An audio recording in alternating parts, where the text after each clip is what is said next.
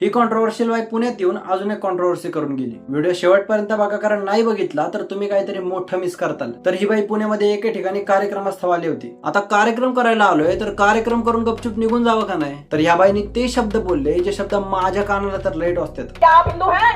आपने कहा हाँ. मैं फिर पूछती हूँ, क्या पत्ते वाले हिंदू हैं? हाथ कितने उठेंगे मैं उतना समझ पाऊंगी. क्या आप पत्ते वाले हिंदू हैं? तो देश के लिए संतान पैदा करिए. 1 नहीं, 2 नहीं, 3 नहीं, 4 नहीं, 5. क्योंकि धर्म ध्वजा उठा करके चलने वाला चाहिए, वह आपकी संतान होना चाहिए.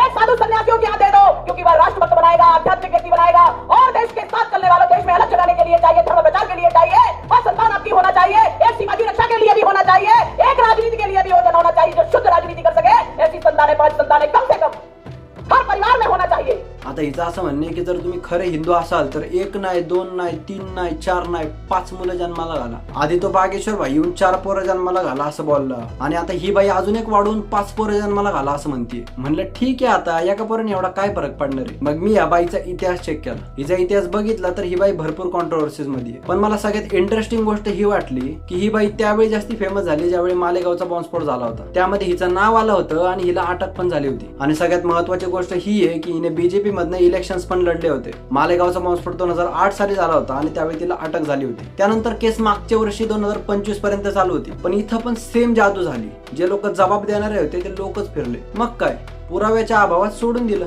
आणि या बाई आपल्या पुण्यामध्ये येऊन आपल्याला ज्ञान देतात. काही जणांना वाटू शकतं की मी किती फालतू टॉपिकवर बोलतोय, पण जर लॉजिकल विचार करायचा झाला आणि प्रत्येक घरातनं जर 5 मुलं निघाली तर या बाईच्या म्हणण्यानुसार आज हिंदू धर्म धोक्यात आहे. पण मी सांगतो उद्या अख्खा देश धोक्यात येईल. जी 5 मुलं जन्माला घातली होती त्यातले 4 मुलं तर रस्त्यावर भीक मागत हिंडतील. एक तर आधीच आपला देश लय श्रीमंत आहे, आणि त्यात हसण्यासारखी गोष्ट ही आहे की ह्या बाईकडे एकही वारस नाहीये. म्हणजे स्वतः मस्त आयुष्य आरामात राहायचं, गाड्यांमध्ये फिरायचं आणि गरिबांना 5 पोरं जन्माला घालायला लावायची. मला एकच कळत नाही, महाराष्ट्रातल्या लोकांना काही येड लागलंय या बाबा बुवांचं. महाराष्ट्राने आपला जन्म व्हायच्या आधीच आपल्याला संत परंपरा दिली, तरी पण महाराष्ट्रातल्या लोकांना असले डुप्लिकेट बाबा का आवडतात मला तोच प्रश्न पडतो. तसं विचार करायचा झाला तर तुम्ही महाराष्ट्रातले असून पण तुम्हाला महाराष्ट्रातले संत कळले नाहीत. बरं जाऊ द्या, हा व्हिडिओ त्या लोकांना शेअर करायचे खरंच छान आहेत, आणि तुम्ही तुमचे विचार मला कमेंट मध्ये नक्की सांगा.